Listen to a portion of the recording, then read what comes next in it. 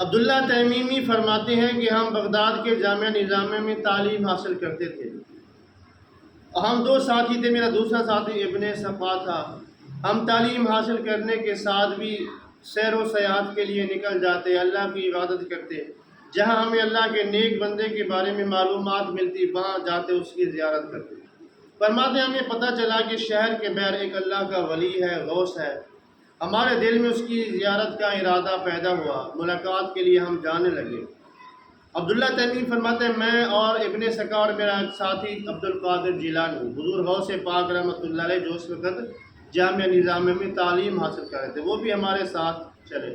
فرماتے ہیں ہم تینوں اس اللہ کے نیک بندے کی زیارت کے لیے جا رہے تھے اور ہم دوران سفر گفتگو کرتے جا رہے تھے۔ ابن سکا نے کہا کہ میں اس ولی سے، اس غوث سے ایسا سوال کروں گا کہ اس کا دماغ چکر کھا جائے گا، وہ میرے سوال کا جواب نہیں دے سکے گا۔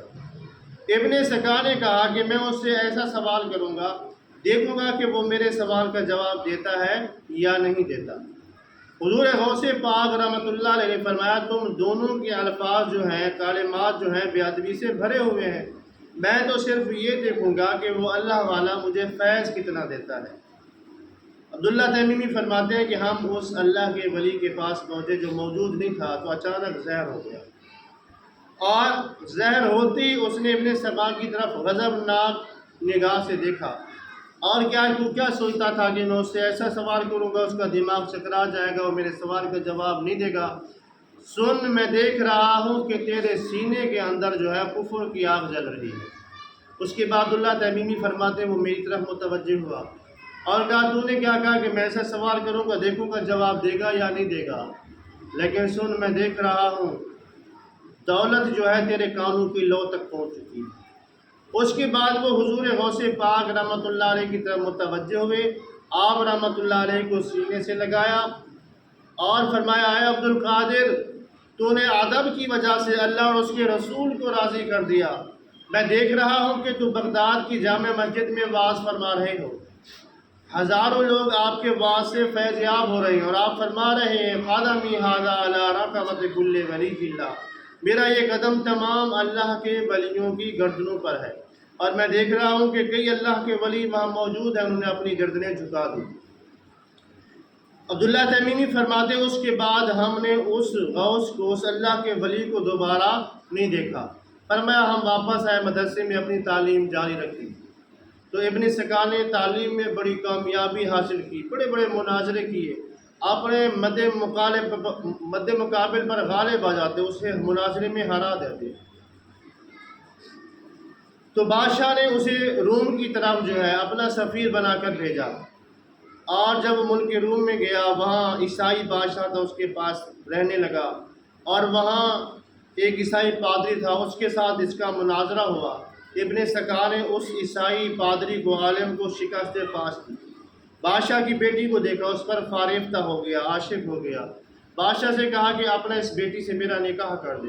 اس نے کہا میری ایک شرط ہے کہ اگر تو اسلام کو چھوڑ دے، عیسائی مذہب قبول کر لے، تو میں اپنی بیٹی سے تیرا نکاح کر دوں گا۔ تو اس نے اسلام کو چھوڑ دیا، عیسائی مذہب قبول کر لیا۔ بادشاہ نے اپنی بیٹی کے ساتھ اس کا نکاح کر دیا۔ نکاح ہو جانے کے کچھ عرصہ بعد اس کے جسم میں کوڑ کی بیماری پھیل گئی۔ بادشاہ نے اسے اٹھا کر شہر سے باہر پھینک دیا۔ اسے وہ اللہ کے ولی کی بات یاد آئی، وہ اللہ کی ولی کی شان میں بے ادبی اور گستاخی یاد آئی کہ اس اللہ کے ولی کی بے ادبی اور گستاخی کرنے کی وجہ سے یہ سزا مجھے مل رہی ہے۔